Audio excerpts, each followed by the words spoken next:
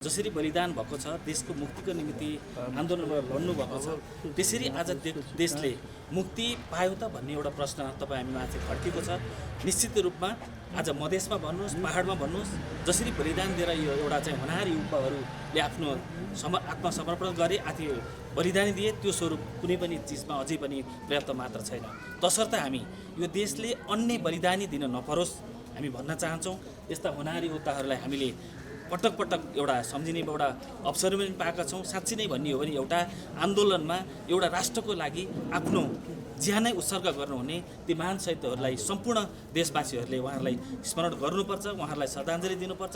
साँच्चीकै मान्छेको मरणमा अन्य मरणभन्दा बलिदानी र राष्ट्रको लागि मरण एउटा चाहिँ योगदानीपूर्ण मरण म भन्न चाहन्छु। अहिले पनि हाम्रो आन्दोलन गर्ने रहर होइन, बाध्यता हो। देशमा विभिन्न कालखण्डमा चाहे विद्यार्थी भन्नुहोस्, चाहे श्रमजीवी वर्ग भन्नुहोस्, अहिले आन्दोलन छन्। कतिपय चाहिँ अहिले चाहिँ धागा कारखानामा बाह्रमा चाहिँ हजारौँ सयौँ मजदुरहरू निष्कासन भइराखेका छन्। यहाँ पशुपति उसमा जानुहोस्, त्यहाँ पनि मजदुरहरू निष्कासित भइराखेका छन् पशुपति कोषमा। त्यसमा पनि अब थोरै हामीले नचाहेर पनि बाध्य भएर हामी आन्दोलन गर्न बाध्य भएका छौँ। त्यहाँनिर हामी एउटा सौहार्द ढङ्गले वार्ता गरेर छलफल लान्छु भन्दा पनि भनौँ न विभिन्न तत्त्वहरूले अथवा प्रहरी प्रशासनबाट आन्दोलन हुने, धरपकड हुने र श्रमजीवी वर्गको लागि, विद्यार्थी मुक्तिको लागि, राष्ट्र मुक्तिको लागि गर्दाखेरि बलिदान हुने चाहिँ अवस्था आउँछ। यस्तो नहोस् भन्न हामी चाहन्छौँ। र फेरि पनि अन्तमा म सम्पूर्ण चाहिँ तपाईँको आफ्नो बलिदान दिने, राष्ट्रपति दिनुहुने सम्पूर्ण ज्ञात अज्ञात शहीदहरूप्रति हार्दिक नमन गर्छु। धन्यवाद। नेपालका महत्त्वपूर्ण परिवर्तनहरू खास गरेर लोकतान्त्रिक गणतन्त्र, सङ्घीय व्यवस्था, समानुपातिक समावेशिक सिद्धान्त लगायतका जनसङ्ख्याको आधारमा राज्यको पुनर्संरचना लगायत धेरै यस्ता संवैधानिक कुराहरू छन् जुन शहादत दिनुभएका शहीदहरूको अठोट शहादत, तत्कालीन उहाँहरूको विश्वास र उहाँहरूको त्यागले गर्दाखेरि भएको छ। आज हामी यहाँ उभिरहेछौँ, त्यो पनि उहाँ शहीदहरूको दिन हो। यही काठमाडौँ थियो, यही काठमाडौँको शासन व्यवस्था थियो। नेपालको इतिहास छ कि नेपालमा शासन गर्ने व्यक्ति जो विजयी हुन्छन्, ऊ शासन गर्छन्, आफ्नो शासन चलाउँछन् र त्यो शासनको सुझबुझ समतामूलक नभएको कारणले गर्दाखेरि, समावेशिता नभएको कारणले गर्दाखेरि त्यतिकै विलय भएर गएका कयौँ उदाहरणहरू छन्। हामीले यो मुलुकलाई, यो राष्ट्रलाई समावेशी राष्ट्र बनाउनुपर्छ। सम्पूर्ण 3 करोड जनताको यो नेपाल हो, सम्पूर्ण भाषाभाषीको यो नेपाल हो। जो अल्पसङ्ख्यक छन् उसको पनि अधिकार छ, जो बहुसङ्ख्यक छन् उसको पनि अधिकार छ। सम्पूर्णको आधिकारिक संवैधानिक अधिकारको सुनिश्चितता गरेर यो देशलाई अगाडि बढ्नुपर्छ भने अठोटका साथ हामीले त्यही परिकल्पनाका साथ लोकतान्त्रिक समाजवादी पार्टी अगाडि बढेको अवस्था छ। आज यो कार्यक्रम लोकतान्त्रिक विद्यार्थी सङ्घले अर्गनाइज गर्नुभएको छ। आजको दिन, आजभन्दा 18 वर्ष पहिला माघ 5 गते तत्कालीन विद्यार्थी रमेश महतो शहादत भएको थियो। त्यो रमेश महतो पनि उहाँहरू जस्तै जुन आजका विद्यार्थी सङ्गठनका हाम्रा साथीहरू हुनुहुन्छ, उहाँहरू जस्तै कलिलो उमेरमा अधिकारको लागि, यो नेपालमा सम्पूर्ण नेपालीको अधिकार सुनिश्चितताको लागि, यो देश सम्पूर्णको देश हो भनाउनको लागि, यो देश सबैको हो, देशमा सबैको हालिमहली हुनुपर्छ, सबैको विचारको सुनवाई हुनुपर्छ, सबैले संवैधानिक हिसाबले अधिकार पाउनुपर्छ भनेर उहाँहरू कलिलो उमेरमा त्यही बेला सपना हेरेर उहाँहरू आन्दोलनमा घुमिनु भएको थियो। र दुर्भाग्यवश भन्नुपर्छ कि देशमा पछिल्लो अवस्थामा मूलधारको राजनीतिमा आएकै पार्टीको कार्यकर्ताहरूद्वारा उहाँको हत्या गरिएको थियो। लगायत कयौँ यस्ता शहीदहरू छन् जो अबोध थिए, नाबालक थिए, उसको केही दोष थिएन, उसको दोष के मात्र थियो भने यो आन्दोलन भइरहेछ। यो राज्यले सबै कुरा सुनिदिनुपर्छ। कतै जिन्दाबाद गर्न जानुभयो होला, कतै आफ्नो सहभागिता जनाउन जानुभयो होला। त्यही कारणले उहाँमाथि गोली चल्यो र उहाँ शहादत दिन पुग्नुभयो। हामी भन्न चाहन्छौँ यो राज्यको लडाइँ हाम्रो मात्र हो र? यो राज्यको लडाइँ, राज्यको ठिक्का, राज्यमा समावेशी गर्ने कुरा लोकतान्त्रिक समाजवादी पार्टीको मात्र हो र? यो राज्य सबैको होइन र? यो राज्यमा सबैले अधिकार पाउनु पर्दैन र? यो राज्यमा जन्मेका जनता कि आफू म नेपालमा छु, म नेपाली छु, नेपालबाट देशबाट हुने सुख सुविधा मेरो पनि हो, मैले पनि पाउनुपर्छ के भन्नु गलत कुरा हो? आफूलाई राज्यमा जन्मिसकेपछि बारम्बार परीक्षा दिनुपर्ने म राज्यको हो, म नेपाली हो भन्नको लागि? यहाँ जो नेपालमा जन्मेको छ ऊ पनि नेपालमा कैयौँ वर्षदेखि नागरिकताबाट वञ्चित थियो। केही संशोधन भएका छन्, अझ पनि धेरै कुरा गर्न बाँकी छ, त्यताबाट थाहै छ। यहाँ थुप्रै यस्ता उदाहरण छन्। हामीले दुर्भाग्यको कुरा हो कि मधेसी भनेको नेपालमा बहुसङ्ख्यक समुदाय हो, तर हाम्रो दुर्भाग्यको कुरा हो हामी पनि यहाँ आरक्षण बाँच्नुपर्ने अवस्था छ। कुन देशमा बहुसङ्ख्यक समुदायको आरक्षण हुन्छ? तर हाम्रो देशमा दुर्भाग्य हो कि बहुसङ्ख्यक समुदायले पनि आरक्षणको कुरा गर्नुपर्छ, किनकि त्यसको पनि पहुँचबाट वञ्चित गरिन्छ। जुन देशमा बहुसङ्ख्यक समुदाय आरक्षणको कुरा गर्छ, जुन देशमा बहुसङ्ख्यक समुदायलाई दबाएर थिचेर देशको समृद्धिको कल्पना गरिन्छ, जुन देशमा बहुसङ्ख्यक समुदायलाई, बहुसङ्ख्यक भूमिलाई, त्यसमा भएका उर्वरा शक्तिहरूलाई, त्यहाँ भएका विकासका योजनाहरूलाई, त्यहाँ भएका शिक्षा गतिविधिहरूलाई, त्यहाँ भएका बाटोघाटोहरूलाई दबाई दिएर, त्यसलाई विकास गर्न नदिएर, त्यसलाई विभिन्न किसिमले उल्टो पाल्टो पारिदिएर, अपलिफ्टबाट वञ्चित गराएर अनि हामी कल्पना के गर्छौँ कि देश समृद्ध होस्। आज हेर्नुहोस् त, हाम्रो देशको आजको डेटको कुरा गर्ने हो भने सबभन्दा मेन इन्कम भनेको, सबभन्दा आम्दानीको स्रोत भनेको राजस्व हो। के भन्छ, जो व्यक्ति बाहिर गएको छ रेमिटेन्स हो। त्यो रेमिटेन्स कहाँबाट आउँछ? रेमिटेन्स भनेको त देशबाट बाहिर गएर पठाएको पैसा होइन र? त्यो जुन देशमा जनसङ्ख्या, नेपालको सबभन्दा बढी जनसङ्ख्या मधेसको छ, अभियसली जसको जनसङ्ख्या बढी छ त्यहीँको मान्छे विदेश जान्छ र अभियसली त्यसले पठाउने पैसा नै राजस्व के भन्छ रेमिटेन्स हो। र त्यो जुन देशको मान्छे विदेश जान्छ र त्यसलाई पठाउने पैसा रेमिटेन्स र त्यो देशको मूल स्रोत हो भनौँ न, मूल साधन मूल स्रोत हो। र त्यहीँको जनताले तपाईँले होइन तिमी अब अपलिफ्ट हुनु हुँदैन, तिम्रो उत्थान हुनु हुँदैन, तिम्रो यहाँ बाटोघाटो बन्नु हुँदैन, तिम्रो शिक्षा दीक्षा हुनु हुँदैन, तिमी राम्रो हुनु हुँदैन, तिमी देशको विभिन्न ठाउँमा पुग्नु हुँदैन, तिमी राज्यको उपल्लो स्तरमा गयो भने राज्यलाई गाह्रो हुन्छ, राज्यलाई धान्न सक्दैन। त्यो कहाँको न्याय हो र? त्यो भएर हामी भन्न चाहन्छौँ कि नेपालमा मधेसी समुदायले दबाएर कुनै पनि हालतमा देश समृद्ध हुन सक्दैन। देशलाई समृद्ध गर्नु छ भने देशको बहुसङ्ख्यक समुदायलाई आरक्षित बनाएर, बहुसङ्ख्यक समुदायले दबाएर, बहुसङ्ख्यक समुदाय थिचोमिचो पारेर, शिक्षाबाट वञ्चित गराएर, बाटोघाटोको अवस्था रोकेर हामी कुनै पनि बेलामा नेपालको म समृद्ध नेपाल बनाउँछु भनेर कसैले परिकल्पना नगरे हुन्छ, कदापि हुन सक्दैन। त्यही भएर देशलाई राम्रो गर्नको लागि यो उहाँले शहीदहरूले दिएको जुन शहादत हो, उहाँहरूको सच्चा श्रद्धाञ्जली स्वरूप राज्यले सम्पूर्ण नेपालीको राज्य हो। नेपाल देश भनेको सम्पूर्ण जातिको हो, सम्पूर्ण भाषाभाषीको हो, सम्पूर्ण संस्कृति हो भनेर आभास गराउने राज्यको नीति ल्याउनुपर्छ, न कि एउटा संविधानको खोस्टा ल्याइदिने र संविधानमा लेखिदिने सबै कुराहरू तर लागू नगरेर देश कहीँ कतै पुग्न सक्दैन। तर लोकतान्त्रिक समाजवादी पार्टी आज सिम्बोलिक तरिकाले हामी आजको दिनमा 18 वर्षदेखि सिम्बोलिक तरिकाले हामी आजको दिन देशभरि नै हाम्रो जहाँ जहाँ सङ्गठन छ, जहाँ 2 जना मान्छे होस्, चाहे जहाँ 2000 मान्छे होस् या उहाँ लाखौँ मान्छे होस्, सम्पूर्ण ठाउँमा आजको दिनमा हामीले शहीदहरूलाई सम्झिने गरेका छौँ। उहाँहरूकै प्रेरणाले गर्दाखेरि आज हामी अगाडि बढेको अवस्था छन् र उहाँहरूकै प्रेरणाले गर्दाखेरि, उहाँहरूकै साथले गर्दाखेरि आज देशमा मधेसी मात्र होइन, सम्पूर्ण उत्पीडित जातिहरू, सम्पूर्ण निमुखाहरू जसको कोही आवाज सुन्नेवाला छैन, सम्पूर्ण अल्पसङ्ख्यकहरू आज देशमा ठाउँ पाएको अवस्था छ।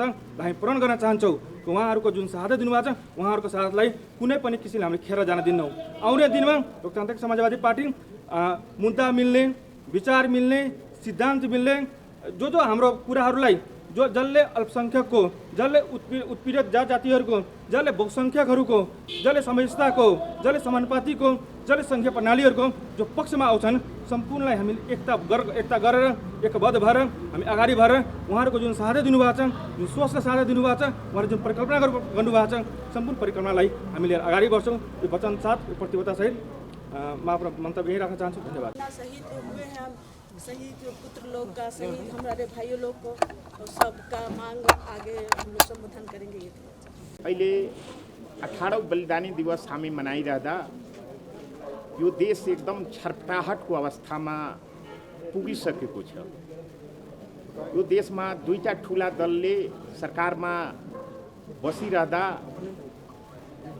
एकदम मधेसप्रति र यो देशमा विगत लामो समयदेखि आन्दोलनरत रहँदै आएका मधेसी, जनजाति, दलित, महिला लगायतका मुद्दाहरू अझ पनि सम्बोधन हुने अवस्था छँदैछ। पूर्ण रूपमा सम्बोधनहरू भएको छैन। मधेसका शहीदहरू जसले आफ्ना सपना राखेर आन्दोलनमा होमिएका थिए, ती शहीदहरूका सपनाहरू अझ साकार भएको छैन। र यो सरकारले, सिङ्गो देशले संविधान संशोधन गर्ने वाचा हाउसभित्र गरिसक्नु भएको छ। हामी 2072मै भनेका थियौँ कि नेपाली जनताको मागहरू सम्बोधन भएको छैन। यो संविधान अपुरो संविधान हो, अधुरो संविधान हो। यो संविधानले यस देशलाई कल्याण गर्न सकिँदैन र त्यो कुरालाई राज्यका संसदभित्रका त्यो शक्तिहरूले त्यो बेला मान्नेनन् हाम्रो कुराहरूलाई। र हामी आन्दोलनमा 2072मा थियौँ अनि 72मा धेरै शहीदहरू हाम्रा शहादत प्राप्त गर्नुभयो र आजको अवस्थामा हामी 18 वर्षमा हामी पुगेका छौँ, 63 देखि लिएर आजसम्म। त्यसकारण आज शहीदका सपनाहरू हाउसमा अहिलेका वर्तमान सरकारले सम्बोधन गरेका छन् कि मधेस संविधानलाई संशोधन गर्नुपर्ने अवस्था आएको छ। हाम्रा नेता, आदरणीय नेता मोहन ठाकुरजीले पटक पटक सबै कार्यक्रमहरूमा भन्दै आइराख्नु भएको छ कि संशोधन मार्फत यो देशमा जुन सम्झौता गरिएको छ, तपाईको आन्दोलनकारी शक्तिहरूबाट जुन सम्झौता भएको छ, आन्दोलनकारी शक्ति र राज्यको बीचमा जुन सम्झौताहरू भएको छ, त्यो तपाईको संशोधन मार्फत साकार होस् भनेर पटक पटक कुराहरू आइरहँदा आज राज्यले सम्बोधनको अवस्थामा पुगेको छ। तर स्वीकारेको छ। 18 वर्षपछि यो कुरालाई सर्वस्वीकृति राज्यलाई महसुस भएको छ। हामी भन्न चाहन्छौँ कि मधेसका मुद्दाहरू, मधेस सिङ्गो यो देशको मेरुदण्ड हो। मधेस सदियोंदेखि उपेक्षित रहेको छ र यो उपेक्षितलाई राज्यमा उठेको आवाजलाई राज्यले सम्बोधन गर्नुपर्छ भन्ने हाम्रो मान्यता छ। कुनै पनि देशमा आन्दोलन हुँदाखेरि त्यहाँका नागरिकले उठाएको आवाजलाई राज्यले सम्बोधन गर्ने चलन छ, प्रचलन छ। हामी त यस देशभित्र, संविधानभित्र रहन खोजिरहेका छौँ, तर यो केही शक्तिहरू, नस्लीय शक्तिहरूले हामीलाई सधैँ टाढा राख्न खोजिरहेका छन्। र अझ पनि यो बलिदानी दिवसको अवसरमा म भन्न चाहन्छु, मधेसका मुद्दाहरू जुन संविधानमा संशोधन हुन सकेको छैन, त्यो मुद्दाहरू राज्यले इमान्दारीपूर्वक सम्बोधन गरोस् र हामी सबजना सहर्ष यो संविधानलाई स्वीकार्न सकौँ भन्ने यो कुराहरू भन्दै पुनः मधेसका हाम्रा आज बलिदानी दिवसका उपलक्ष्यमा शहीदहरूप्रति हार्दिक श्रद्धासुमन व्यक्त गर्दै म आफ्नो दुई शब्द यहीँ टुङ्ग्याउन चाहन्छु र आफ्नो लोकतान्त्रिक विद्यार्थी सङ्घप्रति पनि धन्यवाद व्यक्त गर्दै तपाईहरूलाई पनि धन्यवाद दिँदै म आफ्नो बानीलाई यहीँ विश्राम दिन चाहन्छु। धन्यवाद। हाम्रो समाजबाट धेरैजना सरकारी नोकरीहरूमा 20,000भन्दा बढी जानुभएको छ होइन। यो सबै उहाँहरूको शहादतले गर्दाखेरि हो। त्यसैले हामी उहाँहरूको यो शहादतप्रति कर्जार छौँ र हार्दिक आभार व्यक्त गर्न चाहन्छौँ। र आज हामी सामाजिक सञ्जालहरूमा तथा सोसाइटीमा एउटा कुरा के सुन्ने गर्छौँ कि हामी मधेसी दलहरू शहीदको जुन उति छ त्यसमाथि टेकेर हामी सत्ताको चलखेल मात्रै गर्छौँ। तर यो सरासर गलत कुरा हो के उहाँहरूको शहादतले गर्दाखेरि जुन हामी समावेशी पाएको छौँ, जुन हामी एउटा पहिचान पाएको छौँ, के त्यो हामी मधेसी दलको लागि मात्रै हो र होइन नि।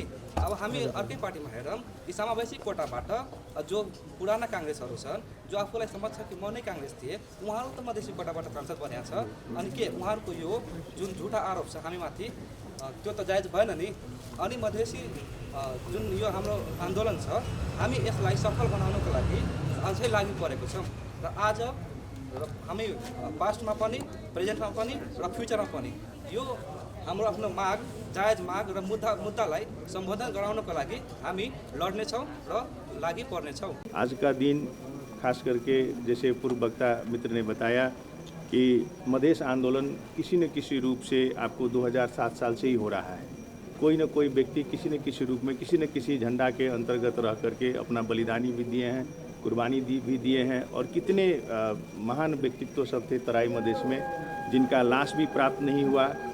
तत्कालीन राज्य सत्ता द्वारा उनको अपहरण किया गया और उनको जो है लाश तक भी प्राप्त नहीं हुआ। और वो सभी लोग जो है अपने कालखंड में मधेश के लिए संघर्ष करते आ रहे थे।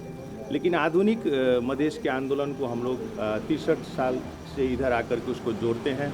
जब जन आंदोलन दू हुआ तो हम लोगों को लगा कि अब नेपाल में लोकतंत्र आ गया है और इस लोकतंत्र में नेपाल के 4 किला अंतर्गत जन्मे हुए संपूर्ण नेपाली को जो है अधिकार मिलेगा, सभी को राज्य के दृष्टिकोण से समानता मिलेगा और सभी को जो है समतामूलक समाज में रहने का अवसर मिलेगा। और इस कारण जो है हमारे नेतृत्व और हम सभी लोग जो है जन आंदोलन 2 में सक्रिय भाग लिए। हमारे सदैव अध्यक्ष माननीय महंत ठाकुर नेपाल की राजनीति में 2015 साल से सक्रिय हैं और निरंतर आंदोलन की अगुवाई किए हुए हैं। इस देश को गणतंत्रात्मक संविधान बनाने के लिए नेपाली कांग्रेस में उनके अध्यक्षता में समिति बनी थी और नेपाली कांग्रेस के विधान को उन्होंने गणतंत्रात्मक विधान बना करके पार्टी को रूपांतरण किया। और 62-63 के आंदोलन में वो नेतृत्वदायी भूमिका निर्वाह करके उन्होंने कहा कि राजतंत्र जो है जनता के अधिकार को कुंठित करता है और अब जो है पहले राजा पीछे से वार करता था, अब सामने से वार कर रहा है, इस वजह से अब राजा नहीं चाहिए कह के उन्होंने तत्कालीन अवस्था में नेपाली कांग्रेस के जो नेतृत्व में थे तो वहाँ से बिगुल फूका और उस बिगुल के तहत हम लोग वहाँ से शिक्षित दीक्षित हुए और हम सभी ने उस चीज़ को प्रण किया और नेपाल को संघीय लोकतांत्रिक गणतंत्रात्मक शासन व्यवस्था में रूपांतरण किए। लेकिन जब अंतरिम संविधान बना तो उस संविधान में जो है संहिता शब्द नहीं रखा गया और संहिता शब्द रखने के लिए जो है मधेश आंदोलन हुआ। और उस आंदोलन में आज ही के दिन में जो है रमेश महतो सिरहा जिला, जो मेरा गृह जिला है, मेरा गांव है, वहाँ के मैं आंदोलन का संयोजक रहा करता था, उनका शहादत हुआ और उनको हत्या कर दी गई। तो उस दिन से हम लोग आज के दिन को जो है तमाम अधिकार प्राप्त के आंदोलन में शहादत हुए संपूर्ण ज्ञात अज्ञात शहीद को श्रद्धांजलि अर्पण करने के लिए, आज के दिन को एक शक्ति में रूपांतरण करने के लिए, प्रेरणा लेने के लिए जो है आज के दिन को हम लोग बलिदानी दिवस मना रहे हैं। आज 18वां बलिदानी दिवस हुआ है। अब सवाल उठता है कि हम लोग क्यों मना रहे हैं और इसकी क्या उपलब्धि हुआ। तो सबसे प्रथम बात तो ये है कि हम लोग अपने देश को जो है अधिकार प्राप्ति के आंदोलन में जो रूपांतरण करते हुए आगे बढ़े हुए हैं। गणतंत्र आया, संहिता आया, समानुपातिक समावेशिता का अभ्यास हो रहा है जिसके अंतर्गत हम लोग समावेशी विधेयक लाए थे।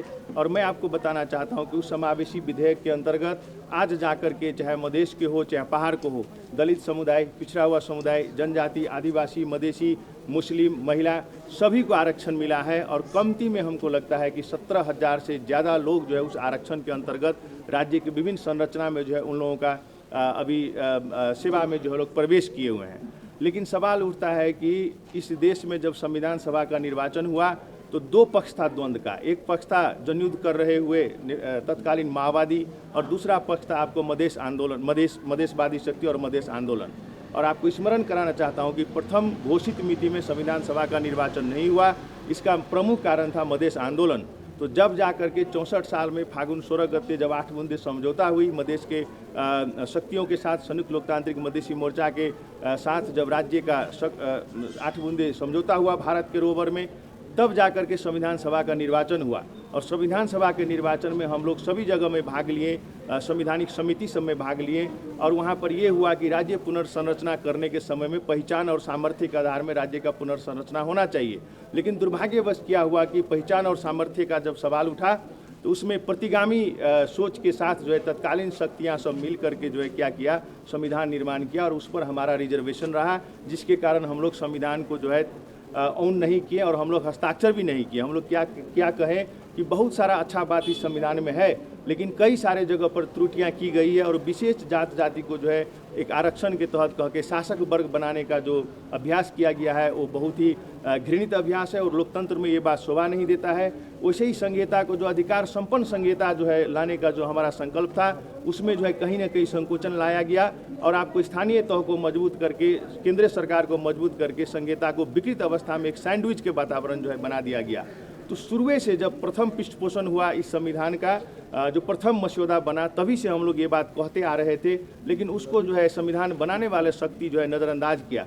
लेकिन आज मुझे गौरव हो रहा है, खुशी हो रहा है कि आज इस देश का सबसे बड़ी पार्टी और सबसे दूसरे पार्टी का जो ये गठबंधन का सरकार है वो ये बात को जो है भली भांति जान चुका है कि ये संविधान यदि आगे बढ़ा के लेकर के जाना है इसमें संशोधन का आवश्यकता है। ये संविधान में कई सारा त्रुटियां हैं। ये संविधान न परंपरागत संसदीय व्यवस्था है और न ये संविधान आपको अग्रगमन में जो है प्रमुख कार्यकारी रहने वाला जो है एक अग्रगामी संविधान है। तो इसका जो परिकल्पना शब्द है, इसको प्रावधान शब्द है, उसको जब लागू करने जाते हैं तो सारा जगह जो है चुनौतियां दिखाई दे रही है। आप लोगों को मैं स्मरण कराना चाहता हूँ कि अभी का संसदीय व्यवस्था में संसद कमजोर हो चुका है और राज्य का जो शक्ति है, संसद का जो है पार्टी सबको जो है लाइन लग करके न्यायालय में जाना पड़ा और न्यायालय ने निर्णय किया कि फलाने व्यक्ति प्रधानमंत्री बनेगा, जबकि वो अधिकार जो है संसद को है। और वहाँ पर लाइन लाग करके जो है आपको जब शनाखत हुआ तब जाके एक व्यक्ति को प्रधानमंत्री बनाने का निर्णय न्यायालय किया। तो मुझे कहीं न कहीं लगता है कि संसदीय व्यवस्था में जो संसद जो हमारे सोवरेन सबसे उच्च निकाय है वो भी कमज़ोर दिखाई दे रहा है इस संविधान के तहत। और हमारा जो राज्य पुनर्संरचना का जो आधार था कि तत्कालीन अवस्था में जो एक आयोग बनी थी 10+1 प्रदेश का जो परिकल्पना किया गया था वो सबसे बेहतर परिकल्पना था। उस अंतर्गत जो है राज्य का पुनर्संरचना यदि होता तो आज पहचान और सामर्थ्य के आधार में इस देश में जो संघीय इकाई सब बनता, प्रदेश सरकार सब बनता, जो अभी दिखाई नहीं दे रहा है। मैं आपके बहुत मज़े के बात में कहना चाहता हूँ कि अभी जैसे मध्य प्रदेश हम लोग नामाकरण किए, राजनीतिक रूप से मध्य प्रदेश अब संविधान में उल्लेख हो गया। 8 जिला में सही मध्य प्रदेश का हम लोग अभ्यास किए हैं, लेकिन अब जब नाम हम लोग रख लिए उसको मध्य प्रदेश तो संविधान की अनुसूची को परिवर्तन करना पड़ेगा, क्योंकि वो अभी संविधान के तहत जो है उसको लिखा नहीं गया है। वो हम लोग निर्णय किए, राजनीतिक निर्णय हुआ, वो लागू हो चुका, लेकिन संविधान में जब तक हम लोग उसको निर्णय को जो है अनुसूची को जब तक हम संशोधन नहीं करेंगे और वहाँ नहीं लिखेंगे तो अभी भी हमारे संविधान की अनुसूची में आप देखिएगा तो खाली प्रदेश 1 से लेकर के 7 प्रदेश कहा जाता है। तो अब जब मध्य प्रदेश को प्रदेश नंबर 2 कहा जाता था तो उसको मध्य प्रदेश कहना पड़ा, प्रदेश 1 को जो है कोसी प्रदेश कहना पड़ा, तो उसको जो है संविधान संशोधन आज का आवश्यकता हो चुका है। तो मेरा ये कहना है कि हम लोग जो संहिता जो लेकर के आए, हमारे संघर्ष से, हमारे बलिदानी से, हमारे वीर जो है शहीदों के कुर्बानी से जो ये संहिता आया है उसको मजबूत बनाने के लिए अभी भी संविधान संशोधन का आवश्यकता है। अभी भी हम लोग चाहते हैं कि साझा नेपाल बने, सभी का जो है भाषा, वेशभूषा, सभी का जो है संस्कृति, सभ्यता का सम्मान हो। नेपाल छोटा मुल्क जरूर है लेकिन विविधतायुक्त मुल्क है और इस विविधतायुक्त मुल्क को जो है आप जैसे श्रद्धेय माननीय महन ठाकुर जी कहते हैं सत्ता नहीं प्रभु सत्ता, तो प्रभु सत्ता का उनका परिकल्पना है कि अधिकार संपन्न संघीय राज्य सब, तो अधिकार संपन्न संघीय राज्य होगा तो आप प्रभु सत्ता का अभ्यास कर पाइएगा, इस देश का इंद्रेणु का आप सम्मान कर पाइएगा। कुछ मुट्ठी भर अल्पसंख्यक के जो है खस, बाहुन, आर्य और दशनामी क्षत्रिय के नाम पर जो है आप उल्लेख कर दिए, खाली वही समुदाय का थोड़े नहीं ये देश है। ये देश दलित का भी है, ये देश मधेसी का भी है, ये देश मुस्लिम का भी है, ये देश थारू का भी है, ये देश जो है जनजाति का भी है। इस मनोविज्ञान को जो है वहाँ पर रूपांतरण करने का ज़रूरत है। ये आज का सबसे बड़ा ठोस आवश्यकता है। और अभी जो इस संविधान संशोधन का विषय उठ रहा है, हम लोग इस सरकार में हैं क्योंकि हम लोग निर्वाचन भी गठबंधन के तहत लड़े हुए थे, और अभी ये संविधान संशोधन का जो सवाल हो रहा है तो अभी का संशोधन अग्रगमन के लिए होना चाहिए, अभी के संशोधन राज्य को पुनर्संरचना करने के लिए होना चाहिए, अभी के संशोधन आपको जो है पहचान और सामर्थ्य के आधार में संघीय राज्य सबको स्थापना करने के लिए होना चाहिए, अभी का संशोधन राज्य के संपूर्ण निकाय में समानुपातिक समावेशिता को लागू करने के लिए होना चाहिए, अभी के संशोधन न कि प्रतिगमन के तरफ होना चाहिए। हम लोग अपना बलिदानी दे करके, खून बहा करके जो है हम लोग समानुपातिक संसदीय प्रणाली लाए हैं, निर्वाचन प्रणाली लेकर के आए हैं, और आज उस निर्वाचन प्रणाली पर जो है प्रहार होने का संभावना है। और हमारे संविधान का मर्म है आपको मल्टी पार्टी सिस्टम और प्लुरलिज्म, बहुलवाद और जो है बहुदलीय शासन व्यवस्था हमारा संविधान का मर्म है, मुटु है। आज उस मर्म पर प्रहार करने का दुस्साहस कहीं न कहीं होने का संभावना है। इस वजह से भी हम लोगों को सचेत रहना चाहिए। अरे निर्वाचन प्रणाली में कोई दोष नहीं है। मैं आपको कहना चाहता हूं कि 2046 साल का जो सरकार था, स्वर्गीय गिरिजा प्रसाद कोइराला प्रधानमंत्री थे, तो बहुमत का सरकार था, उनको किसने रोका था? कौन संविधान के तहत उनको दिक्कतें हुई थी जो उन्होंने संसद विघटन कर दिए? इससे पहले नेपाल कम्युनिस्ट पार्टी का 2/3 का नज़दीक का सरकार था, क्यों वो सरकार 5 वर्ष नहीं चल पाया?